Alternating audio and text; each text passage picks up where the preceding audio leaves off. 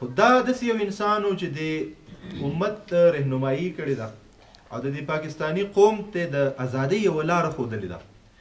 دا په داسې یو ټیم کې پیدا شوی او بیا چې په هغه ټیم کې د غلامۍ یو دور و، د انګریزانو غلامي وه په دې برصغیر پاک و هند کې، او دغه انګریزان چې کوم دی د مسلمانانو په هغه کې ډېر بد حال و.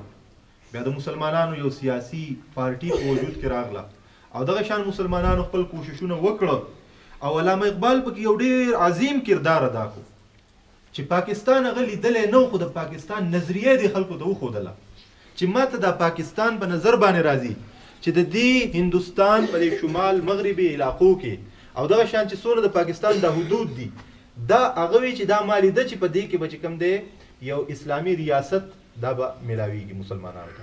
او دا په خطبه الہ آباد کې هغه په ډېر تفصیل سره په 1930 کې موږ ته بیان کړي او بیا د هغې نه بعد د پاکستان جوړېدل دا د هغې خوب چې کوم دی دا هغه تعبیر دی چې اقبال کوم خوب لیدلی و، کومه نظریه دې قوم له ورکړې وه، هغه خوب تعبیر موږ ته د پاکستان په شکل کې میلاو شو. علامه اقبال څه غوښتل؟ غلامی میں ناکام آتی ہے شمشیریں نہ تدبیریں، جو ہو ذوق یقین پیدا تو کٹ جاتی ہے زنجیریں. په غلامۍ کې چې کوم دی ستا سره تورې هم دي او ستا سره تدبیرونه هم دي، هغه په کار نه راځي. ولې ستا یو سوچ غلامانه سوچ دی، تا دا سوچ کړی دی، دا تا په دې خپل ذهن کې دا یقین وردننه کړی چې زه غلام یم، په ما باندې به نور خلک حکومت کوي.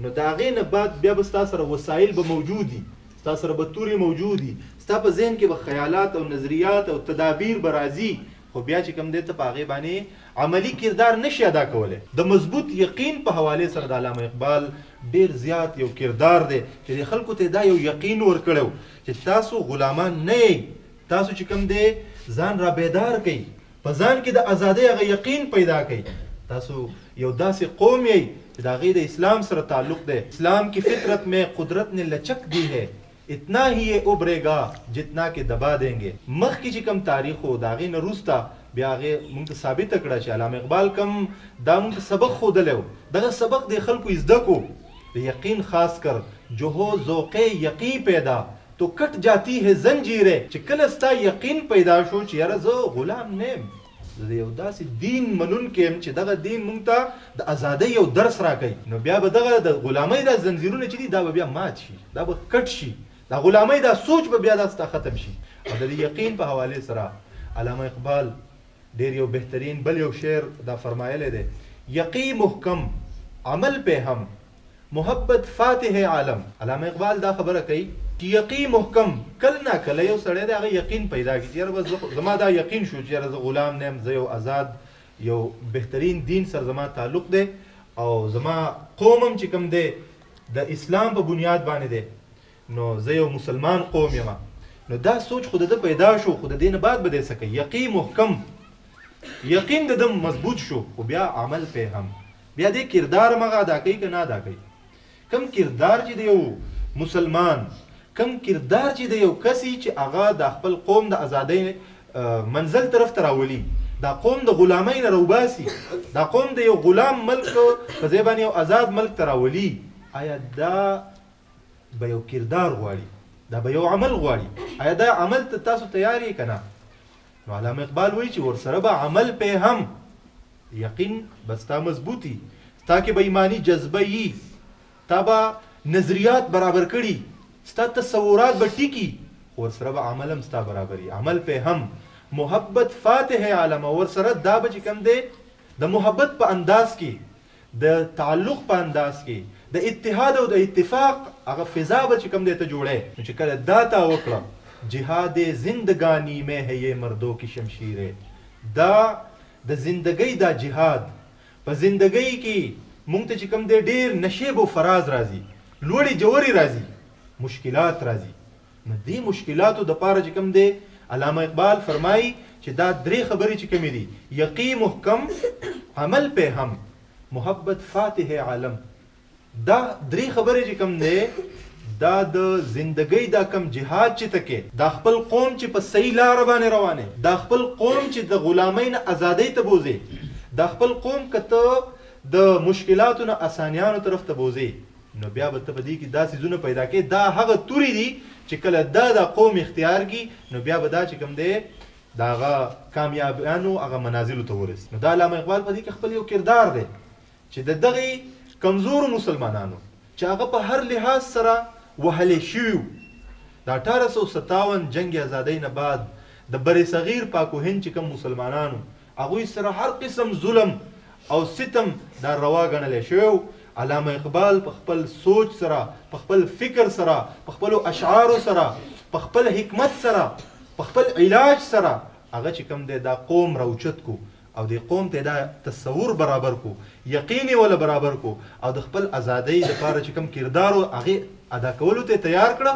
او بیا چې کوم دی د اتفاق او د اتحاد نه بعد بیا الله رب العالمین موږ له دا یو ښایسته ملک را. علامه اقبال پاکستان په خپل لیدلی نه دی، خو هغه د پاکستان شاعر مشرق دی، هغه زمونږ قومي شاعر دی. زمونږ دا ملک چې جوړ شوی دی دا د هغه تصورات. نو یو خبره د هغه نه مونږ ته دا ده چې مونږ دا 3 خبرې د زندګۍ د دې جهاد د کولو دپاره مونږ دا زده کړو، د زندګۍ د مشکلاتو د حل کولو دپاره مونږ زده کړو چې یقین، عمل او محبت او اتحاد او اتفاق. اوس علامه اقبال په اتحاد او اتفاق باندې هم ډیر زبردست خبره کوي. افراد کے ہاتھوں میں ہے اقوام کی تقدیر، افراد کے ہاتھوں میں ہے اقوام کی تقدیر، ہر فرد ہے ملت کے مقدر کا ستارہ. علامه اقبال وایي دا افراد چې کوم دي دا یو فرد دا ځان ته ډیر کمزوری وایي، خو دا د دې افرادو په لاس کې د قوم تقدیر دی. دا افراد به کردار ادا کوي، د قوم تقدیر به بدلیږي. د قوم په تقدیر کې غلامي لیکلی شوې ده، افراد به راپاسي، کردار به ادا کوي، یقین به مضبوطوي او دا قوم به چې کوم دی او دا به په اتفاق او اتحاد سره په یو فرد باندې څه نه کېږي چې یو فرد راپاسي او ټول کارونه وکړي، دا به ټول اتفاق او اتحاد سره. هر فرد ہے ملت کے مقدر کا ستاره، هر فرد به د ملت د ترقۍ دپاره، هر فرد به چې کوم دی د ملت په ترقۍ کې، ملت په صحیح ډګر باندې به بوتلو کې، ملت چې کوم دی د خرابو عادتونو نه په پاکوالي کې دا به کردار ادا کوي.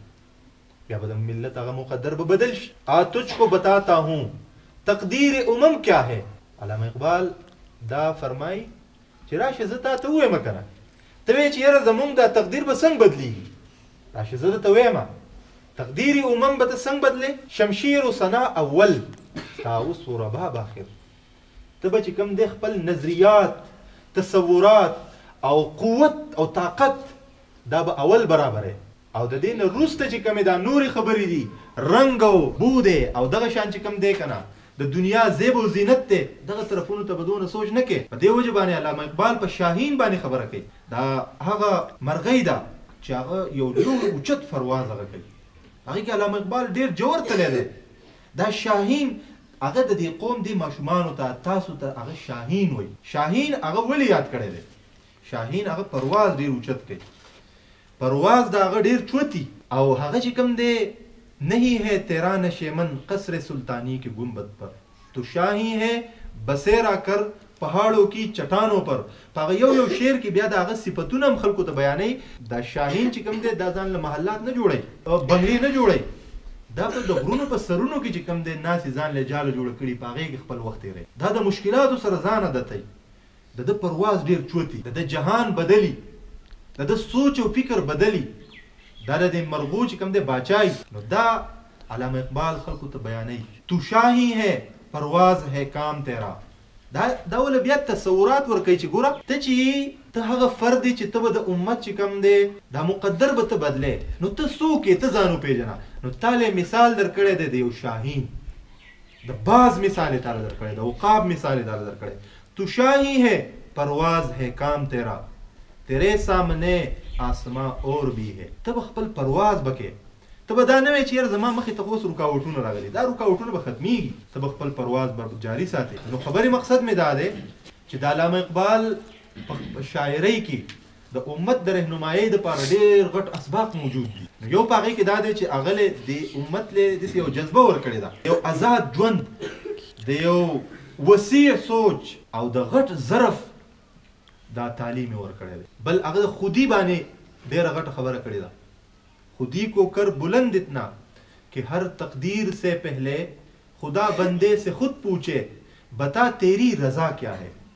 عام طور باندې کم کسان چې د ایمان نه خبر وو هغوی به دا سوچ کوو چې بس دا غلامي به زموږ په تقدیر کې لیکلی شوي او کردار به هغوی نه ادا کوو. علامه اقبال ورته دا وایي چې خودی کو کر بلند اتنا کہ ہر تقدیر سے پہلے خدا بندے سے خود پوچھے بتا تیری رضا کیا. تا چې کله محنت کو تا عمل په همو محبت فاتح عالمو نو د دنیا چې څونه مشکلات دي دا به تا ته اسانیږي. د انسان په باره کې دا وایي که نه عمل سے زندگی بنتی ہے جنت بھی جہنم بھی یہ خاکی اپنی فطرت میں نہ نوری ہے نہ ناری ہے. عمل بکې ته به دا نه وایې چې بس زه به الله پاک جو جوړ کړی یم زه به جهنم ته ځم. نه، ته به عمل کې. عمل سے زندگی بنتی ہے جنت بھی جہنم بھی. جنت هم پدی جوړیږي جهنم هم پدی جوړیږي. یہ خاکی اپنی فطرت میں نہ نوری ہے نہ ناری ہے. الله پاک انسانان چې کوم دی دا جوړ کړي دي نو دوی له یو اختیار ورکړی دی. دغه اختیار مطابق په دې انسانانو کې یو کس دی هغه ښه ګناهګار دی خو که دا نیک شو دی به جنت ته ځي. او یو سړی دی هغه ښه نیک دی خو که ده وراني شروع کړه دی به بیا د هغې مطابق جهنم ته ځي. او دا فیصله به الله رب العالمین کوي. دا به مونږ په چا باندې نه کوو.